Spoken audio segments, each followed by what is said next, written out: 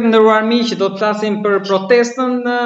Dita e sotme është e 30-a, java u mbyll, nis sot ditën e hënë që plotson muajin, pra 30 ditë protestë, 30 ditë rezistencë në shesh, por sigurisht që deri tani ashtu sigur e kemi thënë, asnjëra nga palët nuk ka bërë asnjë hap pas. Madje grupi organizator, koordinuesi i protestës ka bërë 2 veprime. Së pari është drejtuar me një letër ambasadave, ambasadës Shtetet Bashkuara të Amerikës dhe BE-s, ku ne kemi mësuar dhe emrat e atyre që janë pasaj proteste. Sigurisht e miku e emisionit ton, i ftuari jon, avokati Zaçi Islami, i ka takuar, i ka parë në shesh ata ditë për ditë, por ne tani pam edhe me emra konkret që ishin pas kësaj, pasi ishin me të firmosur letra që u dërguan ambasadave.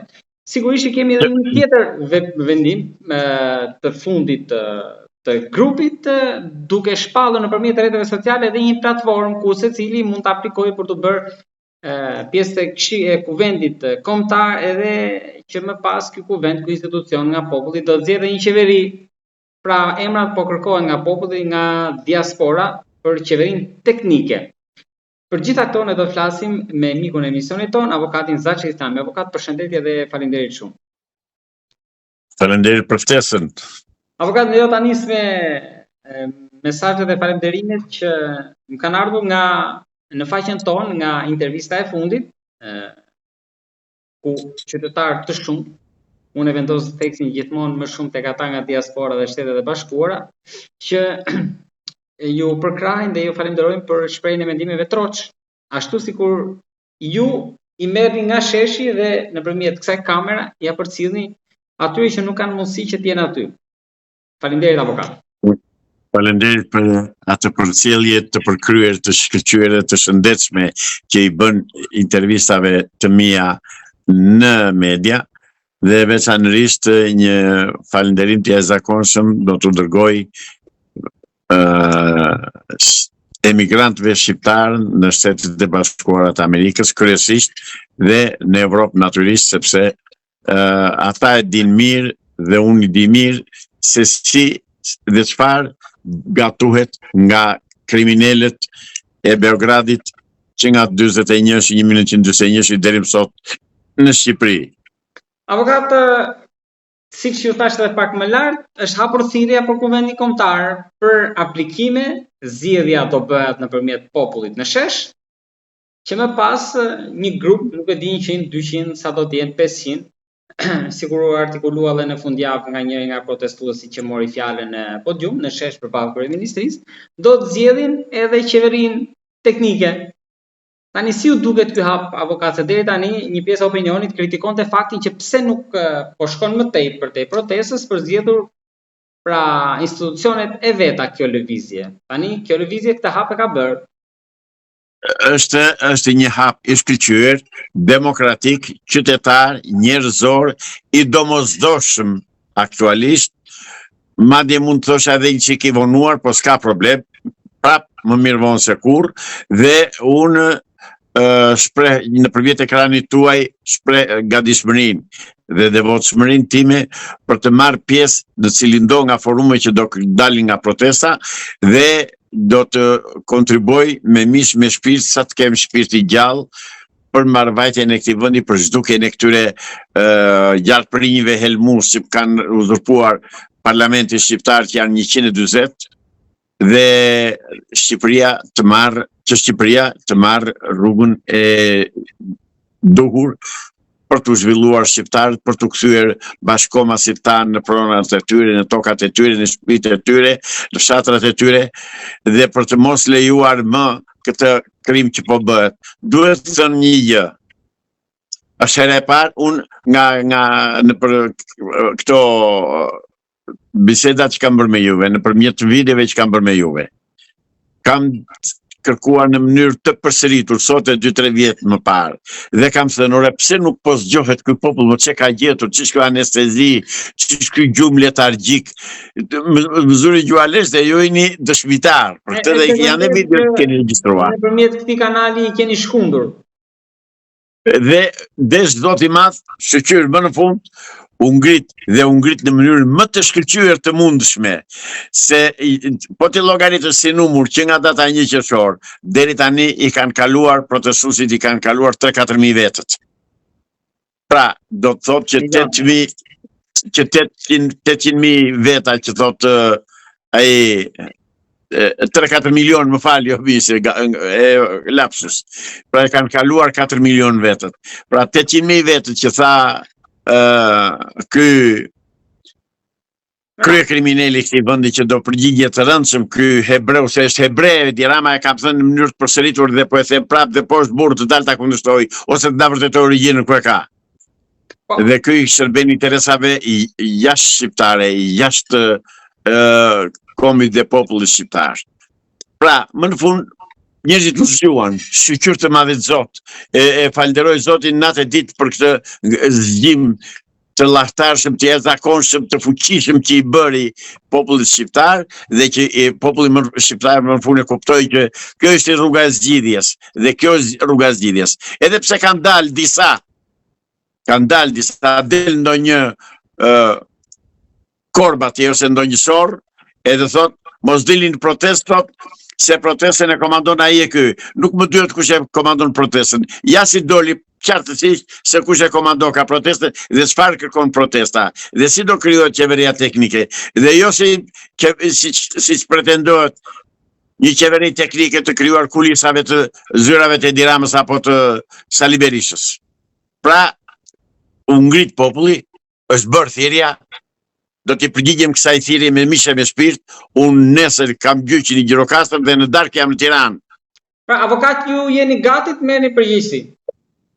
Pa diskutim, çfarë do lloj përgjegjësie që të më japin, shqyqyr të madhit Zot, jam mirë me shëndet, dhe shëndetin psikologjik, dhe shëndetin fizik, dhe shëndetin mendor i kam të tëra në rregull, dhe jam gati në çdo kohë, duke theksuar faktin që me qindra njerëz për mosën me mira më thonë pse nuk merr pjesë në politikë. Ja erdhi momenti që të marr pjesë në politikë, po jo me këto partitë kriminale që kanë pirë gjak populli këtu sot e 80 vjet. Po, tani po, shkoj me kënaqësi në politikë. Po që se do ketë nevojë qytetari shqiptar, për mendjen time dhe për energjitë e mia jam gati në çdo kohë natë e ditë. Avokat, si u duket kjo ideja që është zgjedhur nëpërmjet krijimit pra të këtyre 3 institucioneve që nuk e di, keni kritik si u duken pra kuvendi kombëtar qytetar, këshilli ekzekutiv i kuvendit kombëtar qytetar, mbledhja e përgjithshme e popullit shqiptar, pra kudo në 3 institucionet është populli, më pas bëhet dhe i sqarim si do mblidhet një herë në 2 vjet apo një herë në 3 vjet anëtarët që do jenë 150 kuvendi kombëtar dhe i zgjeruari me 300. Pra, këtu flitet ka një ide për një qeverisje popullore në këtë mënyrë afatgjate. Duket, nuk e di, si në emër të popullit po flitet shumë këtu, po kush janë ata që do t'i marrin vendimet, si mund të ketë një skalim këtu? Me qenë se është bërë thirrja dhe me qenë se është kërkuar nga organizatorët dhe nga themeluesit e kësaj thirrje që të marrin pjesë, patjetër do marrin pjesë. Dhe aty personat që do zgjidhen për të marrë pjesë në këto forume, natyrisht që do diskutojnë dhe do hartojnë dhe plane më të vendosura, më të detajuara, më të thelluara, me qëllim që Shqipëria të marrë rrugën e zhvillimit politiko-ekonomiko-shoqëror. Sepse deri tani jemi të dënuar me vdekje, ose ishim të dënuar me vdekje nga komunistët e Beogradit, që komandojnë dhe sot e kësaj dite qeverisë shqiptare dhe parlamenti shqiptar. Pra, kjo është që më thoni juve, është një fare kollajt për të zgjidhur dhe fare lehtë. Pse? Është e lehtë për të zgjidhur sepse njerëzit do mlidhen, atë nuk mlidhen as me interesa partjake, as me interesa ekonomike, as me nxitje edhe me spionazh, kush një gjë, me që erdhi fjalët e spionazhit. Kam një kërkesë të pa diskutueshme dhe të pa negociueshme. Asnjë nga personat që do pranohen atje nuk duhet të jetë pjesë e ndonjë shërbimi sekret. Kjo është e pa negociueshme. Me qëndro këtu se më dole në shtek tani. Tek ajo lista që ne pamë, besoj e keni parë dhe ju, e atyre organizatorëve, grupit koordinues. Avokat, ju bëri përshtypje që aty nuk është se kishte intelektual, nga bota akademike, nga shkenca, nga letërsia, nga ku di unë, emra të njohur pra që këto emra që ishin aty avokata, mundet ta bëjnë një platformë për ndryshim, të ta artikulojnë, pra juve ju bindin ata avokat, se ne kishim Për hir të së vërtetës, unë nuk njoh asnjë nga ata. Janë emra të njohur në kuptimin që një pjesë që kanë dalë për protesta, aktivizëm, por mundet ju besojnë partet politike të vendit avokat i nderuar? Ju thash edhe një herë, pak përpara thash që kur të mblidhemi atje, se u do vi nesër mbazite në Tiranë, jam atje nesër, do vi Kastele për këtë punë se nuk kam, se kohë nuk e kam shumë të vështirë dhe u duhet jem prapë pas nesër në qytetin e Vlorës se kam gjyq. Megjithatë, sakrificat janë, sot më duhen sakrificat, sot më kërkohen. Dhe sot që më kërkohen unë nuk do neglizhoj, kam mbaruar ajo punë. Pra, jemi në një situatë që tani atje do dalën shumë njerëz, do dalën nga të tëra rrymat, të format, bot kuptimet, interesat e tjera. Aty pastaj secili do prezantohet ashtu siç është, si kundër është. Dhe me vota pastaj do zgjidhet ai grup që do drejtojë, qoftë grupin e parë, qoftë të dytë, qoftë të tretit. Modalitetet janë në dorën tonë, e kemi shumë të lehtë për t'i zgjidhur, për ta mbaruar si problem. Thjesht duhet që të ketë dëshirën e mirë, të ketë atë dashuri, të ketë të duan shqiptarët njëri tjetrin, të dhëm shpirti që Shqipëria po lëngon dhe po bëhet plak shtregu në dorë të një maskaraj që quhet Edi Rama, një hebreu anti-shqiptar. S'kam gjë me hebrej. Do të sqaroj një gjë, të lutem, sepse më kanë akuzuar, më kanë thënë që je kundër Izraelit dhe kundër i antisemit. S'është e vërtetë, zotëri. E kam thënë që ne që futut hebrejt i kemi ndihmuar gjatë luftës së dytë botërore, i kemi veshur gratë që futen dhe vajzat që futen me qitjane, si shqiptare. U kemi dhënë pasaporta shqiptare, i kemi quajtur musliman apo muslimanët kristianët si donin atëre. Dhe i kemi shpëtuar me mira shpirtra që futësh. Dhe kanë shkuar në shpinën e tyre dhe na janë mirënjohës. Pra, ama në ana tjetër, unë Izraelit se bëj zot shtëpie. Jo zotëri, unë mike kam dhe kanë ndihmuar çështjen e Kosovës, po jo ta bëj zot shtëpie, jo të vinë izraelit aty të vendosen kolonë izraelit. Këtë kam kundërshtuar, këtë kundërshtoj dhe këtë do ta kundërshtoj sa të jem gjallë. Lidhur me pretendimet e dashakeqësve të shqiptarëve, se kur janë dashakeqit e mi janë dashakeqës të shqiptarëve, jemi të qartë për këtë punë. Kam bëra këtë deklaratë që dëgjuat që unë nuk kam asnjë gjë me popullin, me qytetarët izraelit, ndërsa Netanyahu nuk mund ta bëj mik. Netanyahu jo, nuk e bëj dot mik, se ka vrarë mira njerëz dhe po vret njerëz, dhe po vritjen djemtë e nënave të Amerikës dhe të Izraelit vetëm për interes të tij që mos bëj ai që birçinin në burg. Ja për këtë. Avokat, por unë do ngulmoj edhe herë aty tek zgjedhja e këtij kuvendit kombëtar me 150 dhe 180 diçka e tillë, 150 antarë, një zgjeruari dhe një mbledhur.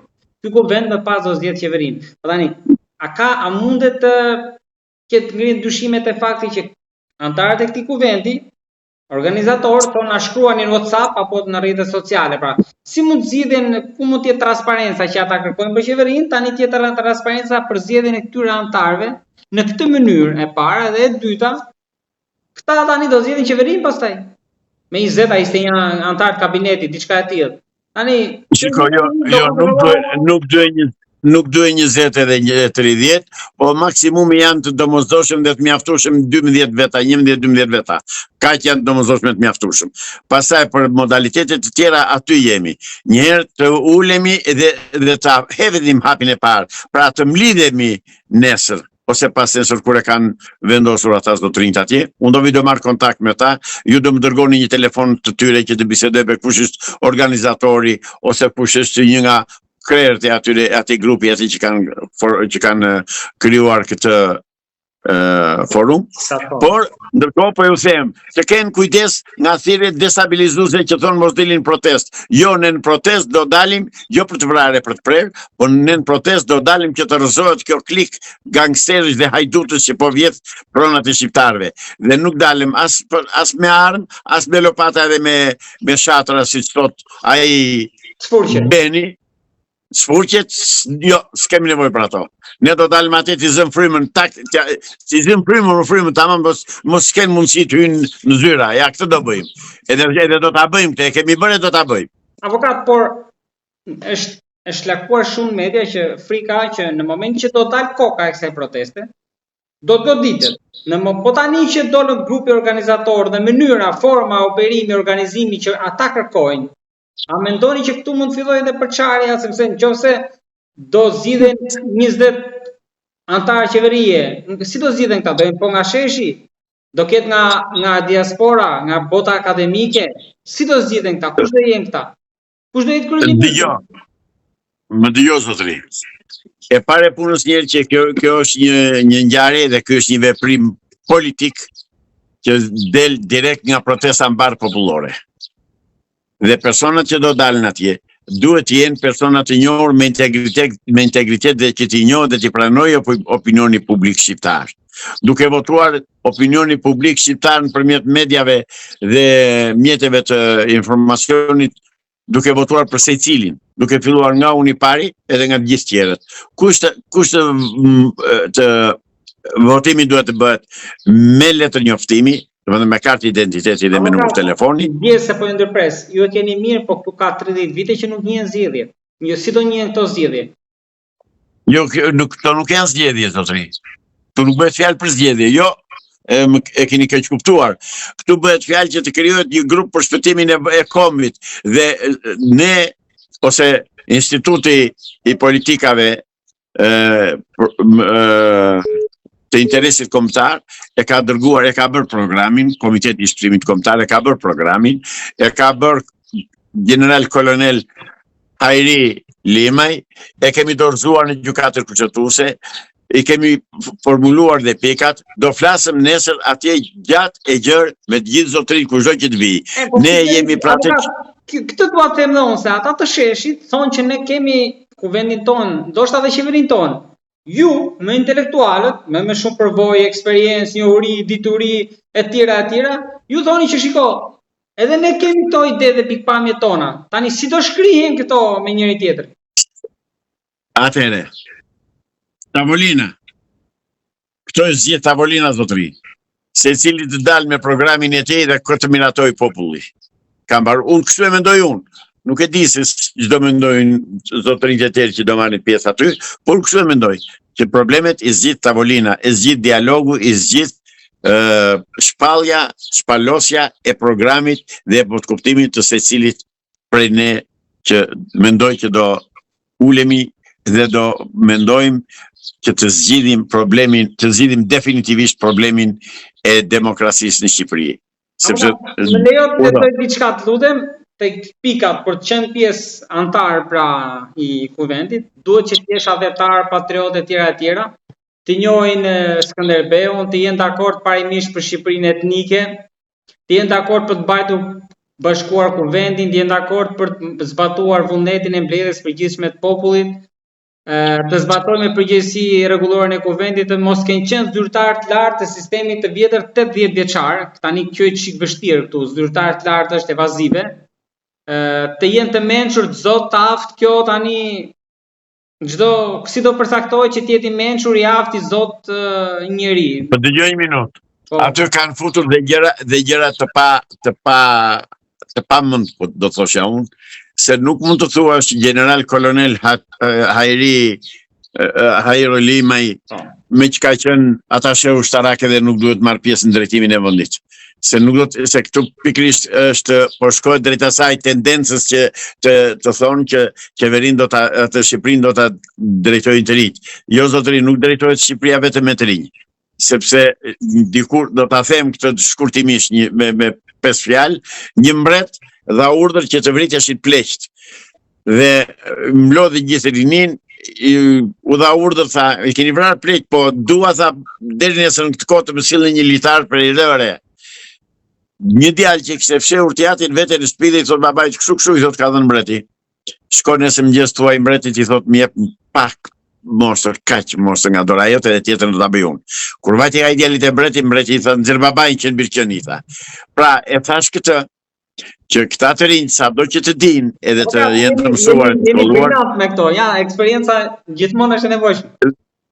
Patjetër edhe që nuk kemi pak të shkolluar akademik edhe profesorët, i kemi në atë tëra. Ore, ne kemi kuadro që kanë studiuar jashtë sa s'ka bërë Shqipëria gjatë gjithë historisë së saj. Pra, kanë gabim atë eksperiencë. Patjetër, nga ata që kanë punuar në atë sistem zotëri, nuk kanë qenë të gjithë spiun, se flasëm që kanë punuar, do përjashtojmë strukturat e Ministrisë Brendshme, pa diskutim do t'i përjashtojmë, të komiteteve të partisë, rajoneve, të rretheve, patjetër që do t'i përjashtojmë, komiteti qendror dhe Biro Politike më thash këto, do koshplerave, të gjithë ata, kanë mbaruar ajo punë, nuk e ham më 91-ën, që i shpëtuan dhe i dërguan në Amerikë, dhe atje bëjnë pallariu ata dhe Shqipëria, po mbytet i gjak ka 36 vjetë. Jo, zotëri, ata nuk do jenë më, dhe asnjë nga deputetët që kanë qenë deputet 1820 deputet që kanë qenë në Shqipëri gjatë këtyre viteve, asnjë nuk do marrë pjesë. Po, çfarë do bëjmë? Që tani. Tani tek kjo mund quhet avokat qeveria e protestës. Qeveria e dal nga populli. Po, kjo duhet votohet tani diku. Ndoshta në parlament, prapë do shkojnë tek Rama dhe te Berisha. Jo, nuk çfarë the? Rama dhe Berisha do të dalin nga parlamenti si i thëmi qenit del jashtë, asnjëri nga ata nuk do hyj aty. Asnjëri nga ata nuk ka më pushtet. Ore do shkarkohen ata, automatikisht do shkarkohen. Prandaj do ta marr pushtetin në dorë qeveri provizore dal këtej nga nëse ndodh kjo që ju thoni, që nuk ka nevojë për votimin e atyre etj, tani puna është këtu, kjo qeveri do të jetë gjithmonë në presion, shoqëria më the tash, të protestave, sepse në moment që nuk pëlqen diçka nga qeveria, është protesta, është ku vendi dal nga protesta ai që do bëj presion. Pra, do jetë, si mund ta themi, gjithë vendi do jetë gjatë gjithë kohës në presionin e protestave. Jo, nuk është kështu. Nuk është kështu. Protestat me ngritjen e një qeverie provizore automatikisht ndërpriten dhe qeveria provizore përgatit vendin, përgatit kushtetutën e re, kodin e ri zgjedhor, këtu më qëndron. Qeverinë provizore, te kushtetuta. Dhe në fund fare do të ndërtojnë kushtetutën e dal pas janë 9 muajsh që do funksionojë kjo qeveri, atë do krijohet kushtetuta demokratike dhe pas një ndikim serbo-grek, sepse ju e dini, nuk e dini nëse e dini ju personalisht apo jo, por kushtetutën shqiptare e kanë hartuar këta persona. Ish komandanti tokës pushkatimit të Elver Hoxhës 46-47, Sabri Godo. Ish kryepreskopi grek i Tiranës dhe ish konstitucionalisti grek në Bruxelles. Pra, s'është kushtetutë shqiptare, zotëri. Dhe kjo kushtetutë do përfundojnë koshin e plerave. Ne kemi shembull ku të marrim, mund të marrim një të kopjojmë ose si thua të implementojmë nene të kushtetutës amerikane të përshtatur për kushtet e vendit tonë për Shqipërinë. Dhe në fund fare kjo qeveri mas një viti që ka ngritur strukturat e nevojshme për të drejtuar shtetin dhe për të drejtuar politikën dhe ekonominë, atëherë do shpall zgjedhjet parlamentare. Dhe si ta shikojmë pastaj, do mbajmë qeveri republikë presidenciale apo republikë parlamentare. Aty nuk e apo. Tani i ke vajtur në shteg Rama, se Rama thotë to ditët e fundit më kanë thënë të bëhem bret. Rama do qërohet dhe do iki si qenë me bishë në shala ndeja. Që ta di Rama, të mos provokoj më, sepse bolle kanë duruar shqiptarë, kanë një muaj që po e durojnë. Kanë një muaj që i kanë dalë borgjit. Zotëri, kanë një muaj që i kanë dalë borgjit. Dhe po i thoni qërohu. Avokata i thotë që unë ju kam ftuar, hajde një flasim, po si ka vajtur njëri. Kush është ai mo, kush është ai? Po kush e menderos atë që ftoi ai, kush është ai? Kush i përmjerë në derë atija? Për mos të më stutje, se s'me lejon edukata. Kush është ai mo? Ai ka mbaruar, nuk është më kryeministër, më keni qartë apo se keni njërë? S'është më kryeministër. Po nëse shkojnë zgjedhje dhe fitojnë prapë këta të dy, po të bëhen bashkë. Cila zgjedhje? Kush e bën zgjedhjet? Po. Bën zgjedhje ky? Po këta njerëz, njerëzit nuk i ndryshojnë dot, ligjet mund i ndryshojnë, po jo njerëzit. Jo, njerëzit i përjashtojmë nga armiqtë e komit i përjashtojmë, po patjetër që i përjashtojmë. Bile dhe i çojnë në burg. Bile dhe i futim tek mos dalin më. Patjetër se janë tradhtar. Pak ditë më parë, një nga bisedat që ne zhvilluam bashkë, unë tha që do bëj një kërkesë që këto dy partitë më radh edhe të tjera të dalin fare nga ligji, të nxirren nga ligji. Po do dalin nga ligji ato. Po, a thash pak më parë që nuk do bëj pjesë asnjë nga 1840 deputetë që kanë qenë deri sot 36 vjet. Po del një tjetër me flamurin e PS-s, me Grushtin edhe të PD-s. Të vej pas Saliu, të marrë dhe Salihun edhe të vend pas Saliu.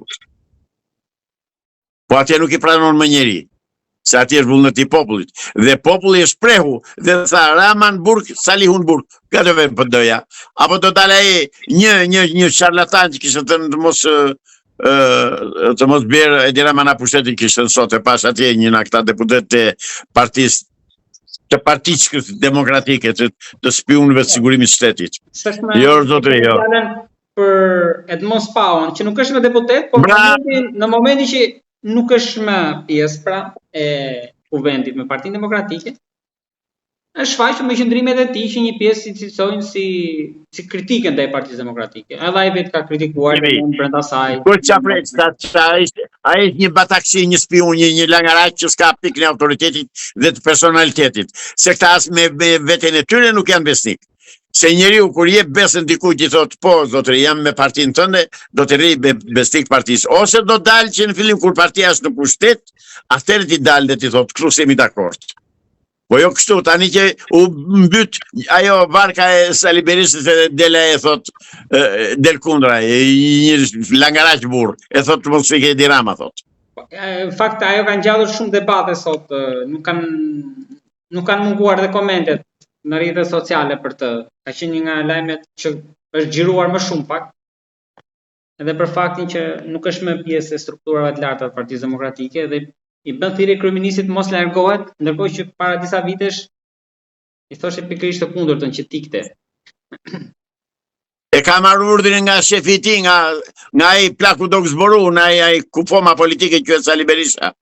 E ka marrë urdhrin nga ai, ka thënë dilti fol tani. Dhe ato dëgjoj, në intervistat që të kam thënë, merri shikoj, ktheu në retrospektiv, kam thënë këta janë bashkë dhe çdo veprim që bëjnë në mënyrë të përbashkët. Po, madje ju keni kundërshtuar dhe mua kur unë them opozita, kështu që ti kam thënë mos ma zën gojë në opozitë, të faleminderit që ma kujtove. Pra, janë të urdhëruar nga Sali Berisha direkt. Se Sali Berisha tani kërkoj që të shtoj dhe kokën e tij, se Edi Rama iku, po është dhe vetë në rrezik. Dhe e di që dhe ai do vej brenda. Po, do vej brenda dhe ai nga Braho nuk po shohim gjë. Qeveria që do dalë, do vërë gjërat në përvende. Do vërë pikat mi, do kontrollohen pasuritë, do kontrollohen pronat, do kontrollohen parat në për banka, do kontrollohen vendimet që kanë marrë. Nuk është aq e lehtë dhe nuk zgjidhet me një ditë me një qeveri provizore kjo punë. Nuk arreston dot avokati, ju e dini. Jo, qeveria provizore jo. Po masi të vendosë qeveria definitive me votat popullit, atëherë do ta shohësh ku do vënë ata. Po deri atëherë këta kanë ikur, janë qëruar. Sa nga zoti, sa nga kufit edhe kështu që. Avokat, për ta mbyllur data 4 korrik, protestuesit thonë që do i bëjnë një surprizë të hidhur kryeministrit që ka ditëlindjen. Është edhe festa ditëlindja e Shteteve të Bashkuara, ndërkohë që është bërë thirrje për një protestë të madhe kombëtare si ajo e para 10 ditësh pra sa kaloi e diasporës që ishte në Tiranë. Mendoni që do jetë po ai numër si herën e parë, së pari dhe së dyti? Çfarë do thotë kjo protestë e dytë? Nëse është në Kam një pikë pyetje këtu. Unë nuk e ha sa punin për djathtë. Pse përcaktojnë pikërisht datën 4 korrik këta zotrinj? Edhe unë prandaj e pyeta. Është e qëllimshme edhe është për të prishur marrëdhëniet me Shtetet e Bashkuara të Amerikës. Pra këtu janë rrymat e Edi Ramës dhe të Sali Berishës që e bëjnë këtë punë.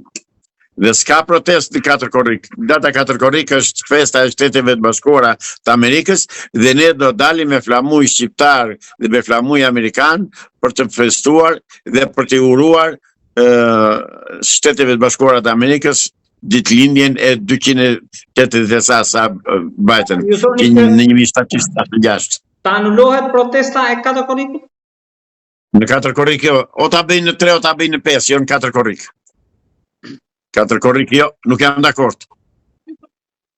Dhe ta bëjnë në 2 korrik që është data treguese signifikative që në 2 korrik të 90-s ne u ngritëm se ti e di që jam nga ata të ambasadave unë. Po, a kemi diskutuar një emision vete këtë që kemi bërë bashkë?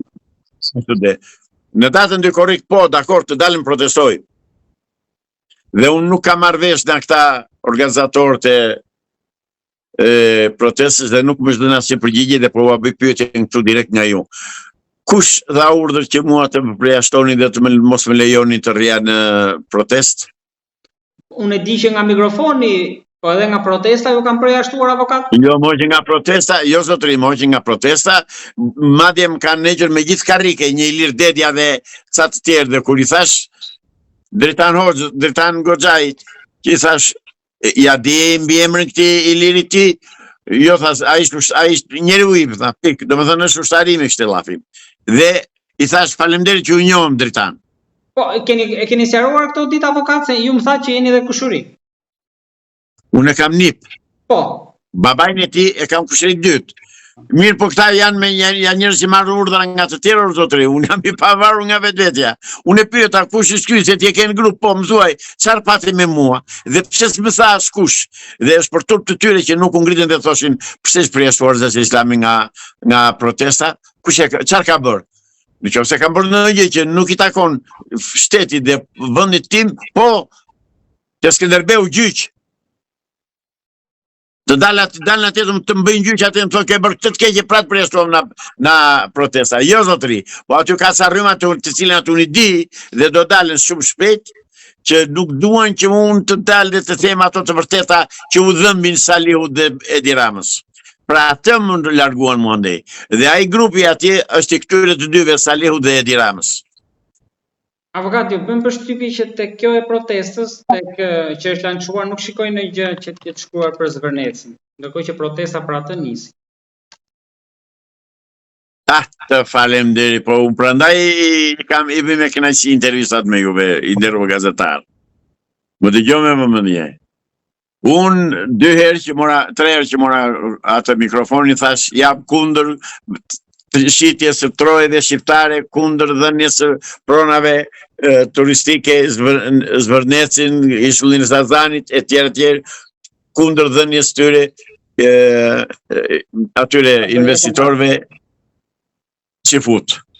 Dhe nuk e thash kot. Sepse praktikisht është 100% e vërtetuar dhe e pa kontestueshme që kjo punë u bë thjesht për të futur Izraeli në Shqipëri. Dhe Izraeli ka sjell në Voskopoj para një javë, para 4 ditësh, ka sjell 30 familje hebreje ka vendosur në Voskopoj me 30 shtëpi, kanë blerë 30 shtëpi me gjithë tokat. Por di që Izraelitët po u futën 5 veta, sjellën edhe 5.000 të tjerë pas një jave. Se kështu e pushtuan atë Palestinën dhe Gazën, dhe kështu duan ta bëjnë në Shqipëri. Por ne jemi këtu. Dhe unë u them, i them ambasadës izraelite, keni kujdes prap dhe njerë, mos ta provokoni deri aty ku nuk man më, se ne jemi të bijtë atyre që e hodhin italianin det, ne jemi të bijtë atyre që kanë luftuar me Skënderbeun, jemi të niprit të Teutës, të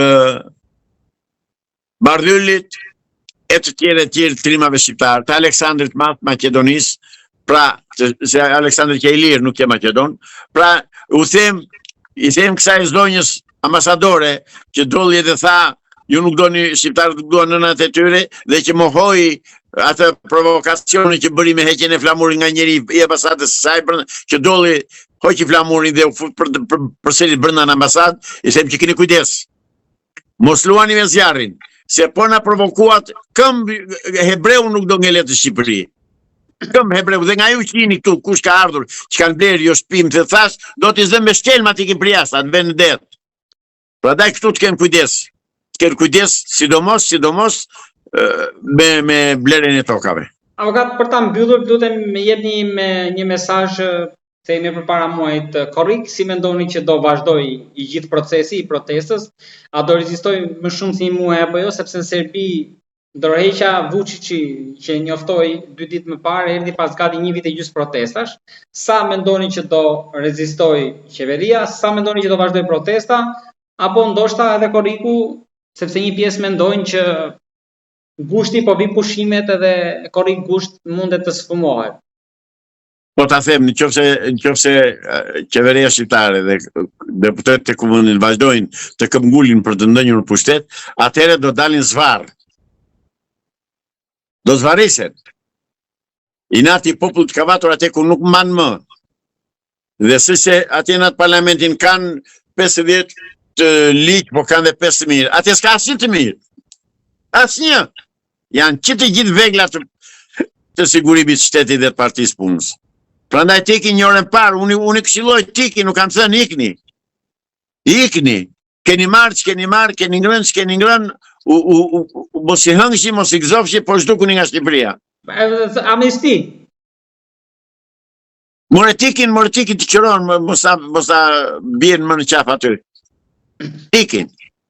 Avokat, lutem, më shkruan një nga qytetarët të pyet avokatin, mund t'i japin një dorë çfarë mund ndryshojnë këta eurodeputetë që pritet vinë sot të hënën pra nga jashtë. Si është do të shfaqin mendimin e tyre? Ju pyes avokat se dhe qytetarit besoj, jo pa qëllim ju pyet se ju keni qenë gjithmonë kritik me Europën dhe shpresat i keni marrë vetëm të SBA-ja. Evropa është internacionalja komuniste, socialiste sot. Evropa është anti-shqiptare, ne dim ata. Sot e 101 vjet. Megjithatë, nuk do të thotë që në Evropë nuk ka politikan dhe qytetar me integritet, me personalitet dhe që e shikojnë të keqen ku e ka burimin dhe vinë dhe denoncojnë. Se përjashtojnë fare këtë, jo se s'kemi miq në Evropë, jo, por shumica janë pasardhës, janë zëdhënësa të klubit të Bilderbergut në Holland. Kjo është. Avokat, të falenderoj shumë për bisedën edhe në emër të shikuesve tanë, të jam ju njohës shumë edhe ju presim të riktheheni në Tiranë. Miru takofshim, nesër. Ju falenderoj.